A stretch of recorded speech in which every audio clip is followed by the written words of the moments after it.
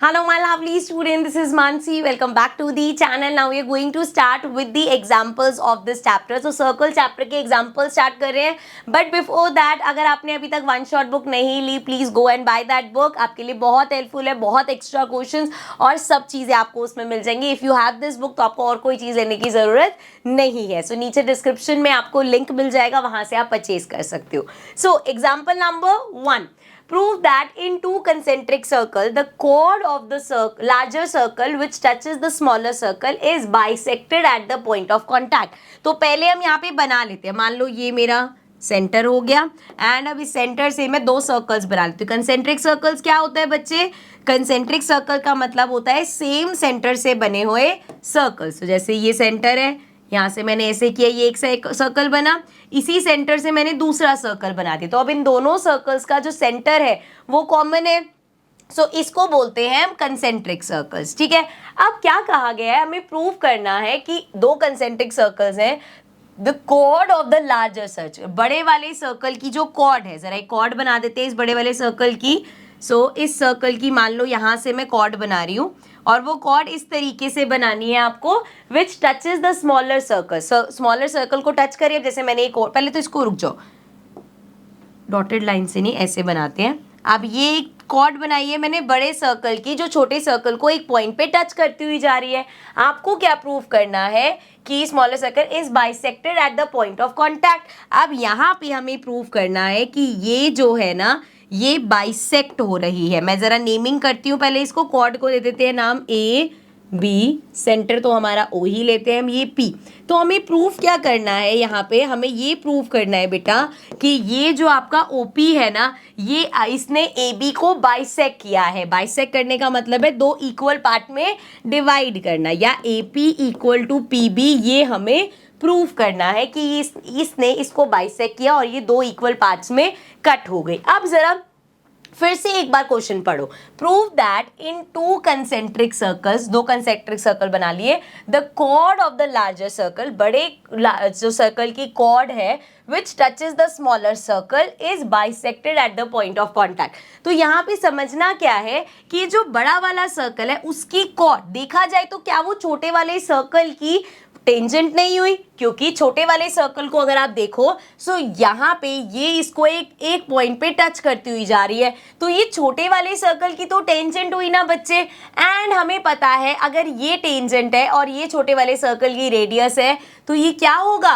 Perpendicular होगा. ये हमें पता है ना कि जो टेंजेंट होती है और जो रेडियस होती है सर्कल की, वो पॉइंट ऑफ कॉन्टैक्ट पे परपेंडिकुलर होती है. तो यहाँ से ये तो आपको पता है. एक चीज हमें और सीखनी है, वो ये हमने अभी एक क्वेश्चन में भी यूज किया था कि अगर किसी भी सर्कल में सेंटर से अगर आपका कोई परपेंडिकुलर आ रहा है, जैसे इसको हम ऐसे समझते हैं, बड़ा वाला सर्कल भी है ना हमारे पास और बड़े वाले सर्कल की कॉर्ड है, तो अगर अब ये बड़े वाले सर्कल का सेंटर भी यही है, सेंटर से अगर कोई परपेंडिकुलर आ रहा है तो वो कॉर्ड को बाइसेक्ट करता है.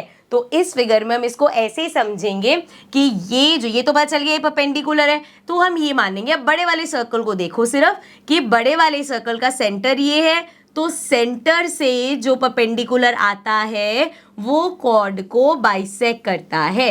क्या सीखा हमने? किसी भी सर्कल में सेंटर से अगर कोई परपेंडिकुलर आ रहा है तो वो कॉर्ड को बाइसेक्ट करता है. सिर्फ इस स्टेटमेंट के साथ आप बोल दोगे since this is perpendicular, so perpendicular from center bisects the chord.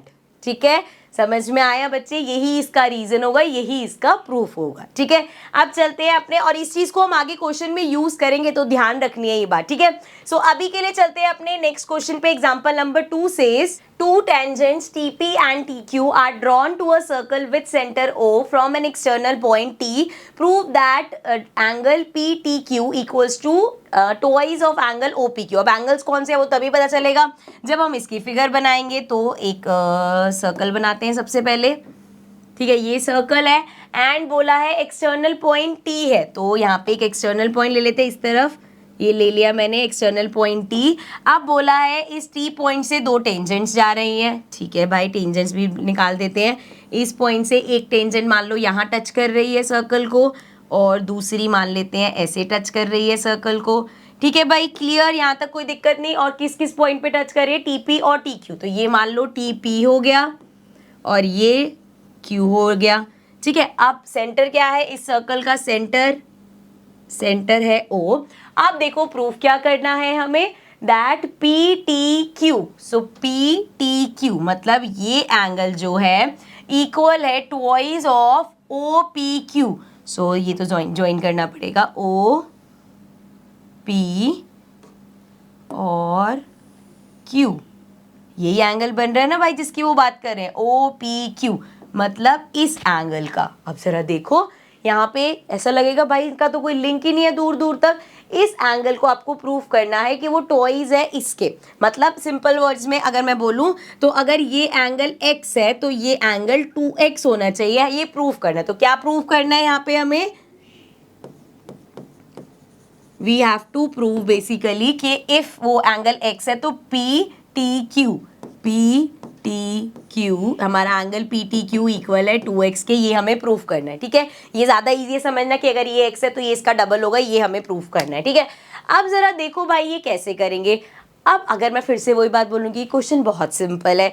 कैसे बहुत सिंपल है? देखो यहाँ पे इसको ये चीज़ एक कंसेप्ट समझो तो आपको ईजी लगेगा। देखो ज़रा यहाँ पे इस चीज़ को देखो, ये बच्चे क्या है? सर्कल का रेडियस है। ये क्या है बच्चे? सर्कल की टेंजेंट है। टेंजेंट और रेडियस क्या होते हैं? परपेंडिकुलर होते हैं। मतलब अगर ये पूरे एंगल की मैं बात करूं तो वो 90 डिग्री है। और इसमें ये जो इतना सा एंगल है ये x है, जरा इसको यहाँ पे समझो। मैं बोल रही हूँ ये पूरा एंगल 90 डिग्री का है एंड इसमें ये वाला जो एंगल है ना, इतना एंगल x है। तो अगर मैं आपसे पूछूं कि मुझे बताओ ये बाकी का एंगल क्या है? जब पूरा 90 है और ये वाला x है तो बाकी बचा क्या हो गया? 90 माइनस एक्स। समझ में आया? फिर से समझाऊं। मान लो ये एंगल है 90 डिग्री का, ठीक है। अब इसमें यहाँ पे मैंने बोल दिया कि बच्चे ये वाला जो आपका एंगल है ना ये x है। अब बताओ ये वाला एंगल क्या होगा? तो आप कहोगे मैम पूरा 90 डिग्री है, इतना x हो गया तो बचा हुआ 90 माइनस एक्स होगा। ठीक है, तो यहाँ पे भी यही चीज देखो, ये पूरा एंगल 90 है, इसमें से ये जो इतना है वो x है, तो ये वाला एंगल जो है हमारा ये क्या हो जाएगा? 90 माइनस एक्स। बट इससे हमें फायदा क्या होगा? अभी बताती हूँ फायदा भी। पहले छोटी सी कंस्ट्रक्शन और करो, इसको भी जरा ज्वाइन कर दो, ओ क्यू को भी ज्वाइन कर दिया। अब मुझे एक बात बताओ, यहाँ पे भी सेम होगा भाई। यहाँ पे ओ पी और ओ क्यू क्या है? दोनों सर्कल की रेडियस है। किसी भी ट्राइंगल में अगर ये साइड और ये साइड बराबर है तो उनके ये एंगल्स भी बराबर होते हैं। ये सब चीज़ें सीखे हुए हैं, हम भूल जाते हैं, दोबारा रिवाइज करा रही हूँ मैं। ये साइड बराबर है तो ऑपोजिट एंगल्स होता है ना, angles opposite to equal sides are equal, तो मतलब ये एंगल्स भी इक्वल होंगे। सो इस केस में ओ पी हमारी रेडियस है बच्चे, ओ क्यू हमारी रेडियस है, दोनों की साइड्स बराबर हैं, तो अगर ये एंगल x है तो ये एंगल भी x होगा। सिमिलरली भाई यहाँ पे भी ये रेडियस है, ये टेंजेंट है, ये पूरा 90 डिग्री। अब 90 डिग्री में से ये x है, सो ये बचा हुआ कितना हो जाएगा? 90 माइनस एक्स। अब आप सोच रहे होगे कि यार ये कर क्यों रहे हो, ये एंगल निकाल क्यों रहे हो? क्योंकि मैं यहाँ पे इस ट्राइंगल को देख रही हूँ। इस ट्राइंगल को देखो जरा। जब हम इस ट्राइंगल की बात करेंगे, एक एंगल ये वाला है जो हमें निकालना है, 2x आना चाहिए जो बेसिकली, एक एंगल ये, एक एंगल ये, तो मेरे पास अगर दो एंगल है, तीसरा एंगल मैं निकाल सकती हूँ। सो यही हम करने वाले हैं। पहले इसको रब करती हूँ मैं और एक बार दोबारा समझाऊंगी भी, इसलिए टेंशन मत लेना। बट पहले क्वेश्चन करते हैं, थोड़ी कंफ्यूजन तो उसी से ही दूर हो जाएगी। सो यहाँ पे इन ट्राइंगल हमारा P T Q, triangle P T Q की अगर मैं बात करूं तो angle P plus angle T plus angle Q हमारा कितना होगा? 180 डिग्री होगा बाय एंगल सम प्रॉपर्टी। अब देखो एंगल P की अगर बात करूं, ट्रायंगल के हिसाब से एंगल P कितना है? ये वाला 90 माइनस एक्स, तो ये हो गया 90 minus x plus angle T तो हमें निकालना है, ये तो बेसिकली हमारा 2x आना चाहिए। ठीक है, अब ये नहीं इसको 2x पहले ही ले लो, ये तो हमें प्रूव करना है ना बच्चे कि ये 2x के इक्वल है। उसके अलावा एंगल Q कितना है? 90 माइनस एक्स, तो 90 माइनस एक्स इक्वल्स टू 180 डिग्री। नाउ अब इसको देखो, 90 प्लस 90 ये क्या हो जाएगा? 180 हो जाएगा। Minus x minus x minus minus plus, तो ये हो जाएगा माइनस का 2x equals to, sorry equals to से पहले एंगल टी भी तो लिखना है, so plus angle T equals to 180 डिग्री। अब ये देखो जरा, यहाँ पे 180 प्लस का है, उधर भी प्लस का है, इसको उधर भेजोगे कैंसिल आउट हो जाएगा 180। तो क्या बचा हमारे पास, एंगल टी इक्वल्स टू, या -2x है, उधर जाके प्लस का 2x हो जाएगा। और यही हमें क्वेश्चन में प्रूव करना था कि ये एंगल 2x है। अब एक चीज मैं पहले आपको बता दूं, जब स्टार्ट करोगे तो आप लिखोगे लेट एंगल, ये वाला कौन सा था हमारा, OPQ, angle OPQ equal to x, ठीक है। तो अगर ये x है सो ये 2x प्रूव हुआ है, ठीक है ना। यहाँ देख लेना बच्चे, इसमें मत कंफ्यूज होना।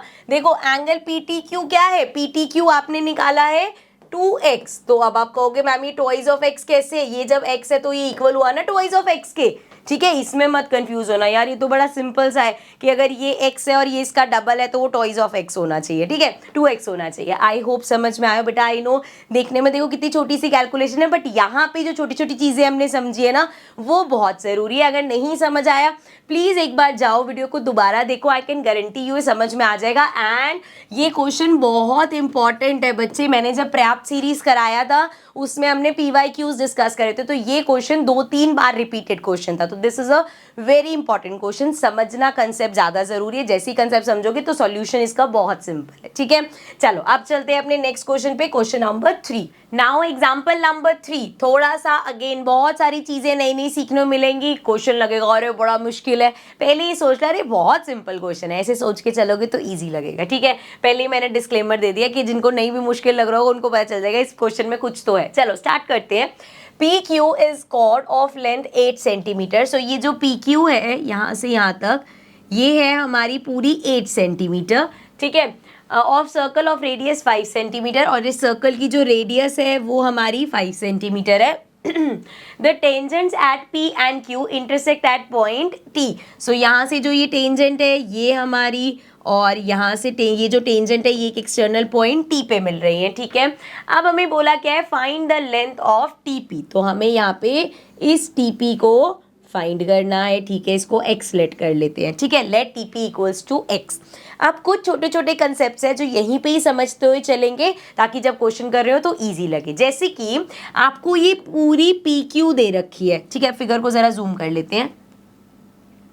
तो सबसे पहला कंसेप्ट जो हमें समझना है, जिसका प्रूफ वगैरह कुछ नहीं करना, आपको सिर्फ लिखना है कि देखो ये हमारी क्या है, सर्कल की कॉर्ड है। क्या है बच्चे, सर्कल की कॉर्ड है, ठीक है। हमने अभी पहले भी ये चीज पढ़ी थी। सो हमें ये ध्यान रखना है, सेंटर से अगर कोई लाइन जा रही है, सेंटर से अगर कोई लाइन जा रही है, सेंटर से अगर कोई लाइन जा रही है तो वो क्या करती है, कॉर्ड के एक तो परपेंडिकुलर होती है एंड बाइसेक्ट करती है। ये तो हमने जब इसका भी वो किया था एग्जाम्पल 1, उसमें भी हमने देखा था कि ये परपेंडिकुलर है, कॉर्ड को बाइसेक्ट करेगी। यहाँ पे मैं कह रही हूँ इस चीज को मान लो कि सेंटर से अगर कोई आपके पास जा रही है लाइन तो वो कॉर्ड को बाइसेक्ट करती है और उसके परपेंडिकुलर होती है। तो कॉर्ड के परपेंडिकुलर है मतलब ये भी 90 डिग्री हो गया, ये भी 90 डिग्री हो गया, एंड बाइसेक्ट कर रही है। तो पूरी हमारी PQ कितनी है, PQ है 8 सेंटीमीटर, और अगर ये बाइसेक्ट कर रही है मतलब PR इक्वल हो गया मेरा RQ के, या मैं इसको ऐसे भी लिख सकती हूँ ट्वाइस ऑफ PR इक्वल हो गया 8 की। मुझे पता है मैं बहुत मेस कर रही हूँ, अभी सारा साफ कर दूंगी मैं ये। सो PR मेरा हो जाएगा 4। ये अगर इसको बाइसेक्ट कर रही है तो मतलब ये वाला जो पार्ट है, दिस पार्ट, ये मेरा आ जाएगा 4, ठीक है बच्चे। यहाँ तक समझ में आ गया। अब देखो ये जो TP निकालना है ना, ये इतना आसान नहीं है, बहुत सारी चीजें घुमा फिरा के यहाँ तक हम पहुंचेंगे। अब देखो मेरे को यहाँ पे कौन कौन से ट्रायंगल यूज, इस क्वेश्चन में सिर्फ पाइथागोरस थ्योरम होगा, ये मैं आपको बता देती हूँ। अब मेरे पास अगर मैं बात करूँ इसकी कि मुझे TP निकालना है, तो ये तो पता है बच्चे आपको, ये रेडियस है, ये टेंजेंट है, तो ये मेरा 90 डिग्री का एंगल बनेगा, क्योंकि हमें पता है रेडियस और टेंजेंट आपस में परपेंडिकुलर होती है। तो ये 90 डिग्री का है। अब अगर मैं डायरेक्ट यहाँ पे ये जो ट्रायंगल है, दूसरे कलर से मार्क करती हूँ, इस ट्रायंगल की बात करूं, इस ट्रायंगल में ये 90 डिग्री का एंगल है, इसके सामने वाली ये पूरी हाइपोटेन्यूस हो गई मेरी। सो अगर मैं पाइथागोरस लगाने की कोशिश करूं तो ना तो मेरे पास ये है, ये तो चलो है मेरे पास, और ये मुझे निकालनी है, तो मैं यहाँ पे नहीं कर सकती। तो मैं छोटे छोटे ट्राइंगल्स पे पहले जाऊंगी। जैसे अगर मैं इस ट्राइंगल की बात करूँ, ये वाला जो मेरा ट्राइंगल है, रुको मैं 1 मिनट इससे मार्क करती हूँ, चलती हूँ, हट जाता है फिर। ये वाला जो ट्राइंगल है बच्चे, इस ट्राइंगल की अगर मैं बात करूँ, ये देखो मैं हाईलाइट कर देती हूँ, हाँ पहले ही हट जा दूँ। ये वाले ट्राइंगल की अगर हम बात करें तो इस ट्राइंगल में मेरे पास ये 4 है, ये 5 है, मेरे पास ये 4 है, ये 5 है, तो मैं ये इतना OR निकाल सकती हूँ। समझ में आ गया? तो अगर मैं इस ट्राइंगल की बात कर रही हूँ तो मैं अपना यहाँ से OR निकालूंगी। ये मेरा पहला स्टेप है। दूसरा स्टेप क्या होगा मेरे पास, ये मेरे पास परपेंडिकुलर है, यहाँ पे भी परपेंडिकुलर है, ये 90 डिग्री का है, ये वाला ट्रायंगल लूंगी मैं। उससे क्या होगा, इसको लेट कर लेंगे y और x की कोई एक टर्म निकाल देंगे। दूसरी चीज ये करेंगे, तीसरी बारी में हम ये पूरा ट्रायंगल लेंगे और फिर हमारे पास एक्स वाई की एक इक्वेशन होगी, वहां से हम अपनी x की वैल्यू निकाल लेंगे। ठीक है, अभी सुनने में लग रहा होगा मैम ये क्या बातें कर रहे हो। क्वेश्चन स्टार्ट करते हैं। बेसिक चीजें समझ में आ गई होंगी, ये हाफ है, ये परपेंडिकुलर है, ये सब समझ में आ गया होगा। तो अब स्टार्ट कर लेते हैं, ये सारी चीजें रब करते हैं और साफ सुथरे तरीके से इसको लिख देते हैं। ठीक है, आई जस्ट होप कि जो मैंने समझाया है बेटा वो अच्छे से समझ में आ गया होगा आपको। ठीक है, तो इसी बात के साथ स्टार्ट कर लेते हैं, ये मानते हुए कि आपको समझ में आ गया है। ठीक है, तो हम स्टार्ट कर रहे हैं अपने इस छोटे ट्रायंगल से PRO।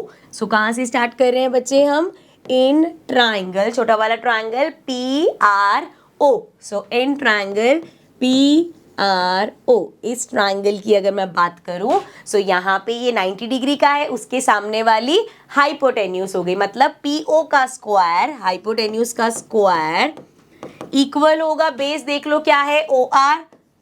सो OR का स्क्वायर प्लस यहाँ ये देख लो कितना है हमारा PR का स्क्वायर। ठीक है, ऑल्सो यहाँ पे मेंशन भी करना कि जो पूरा हमारा PQ है वो इक्वल है 8 सेंटीमीटर के, और ब्रैकेट में वो मेंशन कर देना कि सेंटर से जब कोई लाइन पास होती है तो वो कॉर्ड को बाइसेक्ट करती है और परपेंडिकुलर होती है। सो यहाँ से मेरे पास आया था कि PR इक्वल इसका हाफ हो गया, तो 8 का हाफ किया वो 4 सेंटीमीटर आ गया। ठीक है, यहाँ वैल्यू लिखेंगे ना तो पहले क्लैरिफाई करना पड़ेगा। अब PO देखो कितना है 5, तो ये हो जाएगा 5 का स्क्वायर इक्वल्स टू OR हम यहाँ से निकाल रहे हैं प्लस PR मेरा 4 है, इसका स्क्वायर। सो 5 का स्क्वायर 25 माइनस, अब ये 4 का स्क्वायर 16 इधर आके माइनस हो जाएगा, एंड यहाँ पे आ गया OR का स्क्वायर, 25 में से 16 गया 9, सो ये आ गया OR स्क्वायर। तो बेसिकली OR मेरा आ जाएगा 9 अंडर रूट में, तो ये आ जाएगा 3। ठीक है, तो यहाँ पे लिख देते हैं जो हमने फाइंड किया। हमने फाइंड किया कि ये जो OR है, रुको मैं इसको ऐसे नहीं करती कि वो कवर ही हो जाए, ये OR मेरा 3 आ गया, ये अभी हमने फाइंड किया है। ठीक है यहाँ तक। अब नेक्स्ट चीज में चलते हैं, मैंने बोला था इसके बाद हम इस ट्रायंगल पे आ जाएंगे। सो अब इसमें मेरे पास देखो ये तो 4 है ना, ये है ना, ये है, तो इसको मैं y लेट कर रही हूँ। ठीक है, इसको मैंने y मान लिया। ठीक है, समझ में आया। तो देखो अब कौन से ट्रायंगल पे आ गए हम, यहाँ वाला स्पेस यूज कर लूँ मैं। सो अब देखो मैं कौन से ट्रायंगल को ले रही हूँ, इन ट्रायंगल, कौन सा ट्रायंगल बच्चे, PRT। सो ट्रायंगल PRT में ये 90 डिग्री है, सामने वाला मेरा हाइपोटेन्यूज हो जाएगा, तो हाइपोटेन्यूज का स्क्वायर इक्वल होगा इस साइड का स्क्वायर मतलब y का स्क्वायर, और इसका स्क्वायर मतलब 4 का स्क्वायर। ठीक है, तो ये आ जाएगा x square equals to y square plus 16। अब इसके आगे तो हम इसमें और कुछ कर नहीं सकते, सॉल्व तो कर नहीं सकते, तो इसको यहीं छोड़ देंगे। अब हम चलेंगे अपने बड़े वाले ट्रायंगल पे। कौन सा है हमारा बड़ा वाला triangle, PTO। So in triangle PTO, इस ट्रायंगल की जब मैं बात करूंगी तो देखो मेरे पास ये 90 डिग्री है, इसके सामने ये पूरा है बच्चे, ये पूरा मतलब y प्लस 3। ठीक है, y प्लस 3, पहले मैं लिखती हूँ, चलो यहाँ पे ये 90 डिग्री है, इसके सामने वाली साइड OT, तो हाइपोटेन्यूज OT का स्क्वायर इक्वल होगा PT का स्क्वायर प्लस OP का स्क्वायर। ठीक है, ये चीज क्लियर है। अब वैल्यूज डालते हैं, तो OT ये पूरा है, यहाँ से यहाँ तक y है, यहाँ से यहाँ तक 3 है, तो ये हो जाएगा y प्लस 3 का स्क्वायर इक्वल्स टू PT, देखो PT x है, तो ये हो जाएगा x का स्क्वायर प्लस ओपी कितना है, ओपी है मेरे पास 5, तो ये आ गया 5 का स्क्वायर। ठीक है, अब एक ऑप्शन तो यही है कि यहाँ से अब y की वैल्यू तो देखो आप नहीं ला पाओगे, या पूरा इसको सॉल्व करो बट वो y में अटक जाओगे, तो सिंपल यहाँ पे हम x स्क्वायर की वैल्यू पुट कर देंगे। तो x स्क्वायर है, इधर कितना है y स्क्वायर प्लस 16, सो इसको अभी के लिए एज इट इज लिख रही हूँ y प्लस 3 का होल स्क्वायर इक्वल है x स्क्वायर की मैं वैल्यू पुट कर रही हूँ। ठीक है, इसको सर्कल कर रही हूँ ताकि जब सॉल्यूशन देखो तो ये समझ में आ जाए। यहाँ से मैंने इसकी वैल्यू पुट कर दी y स्क्वायर प्लस 16 प्लस 5 का स्क्वायर 25। अब यहाँ से क्या हुआ कि ये सिर्फ y की टर्म्स में है, तो यहाँ पे y की टर्म्स में हम y की वैल्यू निकाल लेंगे, और एक बार y की वैल्यू आ गई तो हम x निकाल लेंगे। चलो अब तो सिर्फ सॉल्यूशन ही बचा है, तो ये a plus B whole square, so a square plus B square plus 2ab, ठीक है, equals to Y square plus, इनको प्लस कर दो, ये हो जाएगा 6 6 12, तो ये कम 11, सो 2 3 4 41 आ गया। सो अब ये देखो यहाँ पे, अब ये वाई स्क्वायर प्लस का है, इधर भी वाई स्क्वायर प्लस का है, कैंसिल हो जाएंगे। सो यहाँ पे 9 उधर भेज दें इसको, सो ये हमारा हो जाएगा, पहले इसको मल्टीप्लाई कर लो, 3 2 6, ये आ गया 6y इक्वल्स टू 9 को उधर भेज दो, तो 41 में से 9 माइनस हो जाएगा, तो ये आ गया 6y इक्वल्स टू 41 में से 9 माइनस करो, 9 10 11, सो ये आ गया 32, एंड y इक्वल्स टू हो जाएगा 32 अपॉन में 6 के टेबल में 32 तो नहीं आता, 2 के टेबल से कट करते हैं इसको, ये आ जाएगा 1, ये आ जाएगा 6 एंड ये आ जाएगा 3, तो y आ गया 16 अपॉन 3। निकालना क्या था क्वेश्चन में, x निकालना था, तो क्या करेंगे, कोई बात नहीं भाई, y हमारे पास आ गया, यहाँ पे इसकी वैल्यू पुट करो, मिल जाएगा। यहाँ पे हमारे पास है x square equals to Y square plus 16, so x square equal हो जाएगा y स्क्वायर, y कितना आया है 16 अपॉन में 3 और इस पूरे का स्क्वायर प्लस 16, तो ये हमारा हो जाएगा 16 का स्क्वायर होता है बच्चे 256 अपॉन में 3 का स्क्वायर होता है 9 प्लस 16, सो इसको थोड़ा सा और इधर करते हैं, एंड अब इसका एलसीएम लेंगे तो ये हमारा हो जाएगा 9, सो यहाँ पे 9 एज इट इज, ये आ जाएगा 256 प्लस 16 इंटू 9 करेंगे 144 आ जाएगा। सो अब इसको प्लस कर लो, 6 प्लस 4 10 हो जाएगा, देन अगेन 6 प्लस 4 10 हो जाएगा, तो ये आ गया 2 3 4 400 अपॉन में 9, लेकिन ये क्या है x स्क्वायर है, हमें x निकालना है, तो वो क्या हो जाएगा, इधर जाके अंडर रूट में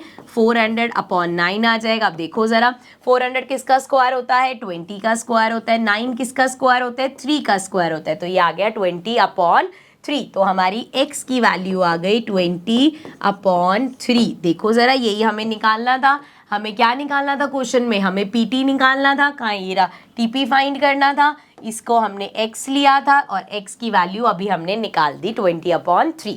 so this is the solution. I know exam में अगर ऐसा आंसर आ जाए ना, साइड 20 अपॉन 3 आ गई तो लगेगा अरे भाई पक्का गलत है, बट ऐसा नहीं है, यही आंसर है इसका। ठीक है, आई रियली होप बच्चे क्वेश्चन समझ में आ रहे होंगे आपको। ये इसके साथ हमारे एनसीईआरटी के क्वेश्चंस तो खत्म होते हैं। आपको इन क्वेश्चंस की प्रैक्टिस करनी है, इस टाइप के क्वेश्चंस की प्रैक्टिस करनी है। एक्सरसाइज में इतने सारे क्वेश्चंस थे, उन क्वेश्चंस की प्रैक्टिस करनी है। वंस आपको जब कंसेप्ट सारे क्लियर हो जाएंगे ना, फिर जो थोड़े हाई लेवल के क्वेश्चन है प्रैप सीरीज में देखना, जिस लेवल के क्वेश्चन हमने सर्कल चैप्टर के करे थे उनकी भी प्रैक्टिस करेंगे। बट ये बेसिक जब तक समझ में नहीं आएंगे तो आप हाई लेवल के क्वेश्चन अटेम्प्ट नहीं कर पाओगे। तो आई रियली होप कि आप अच्छे से एनसीईआरटी की प्रैक्टिस कर रहे होगे। इसलिए I am trying my best कि मैं एक एक क्वेश्चन एनसीईआरटी का कराऊं कि एनसीईआरटी के किसी क्वेश्चन में कोई बच्चा नहीं अटके। ठीक है, so now I will see you all in the next video. हम नए चैप्टर के साथ अगली वीडियो में मिलेंगे। Bye bye for now.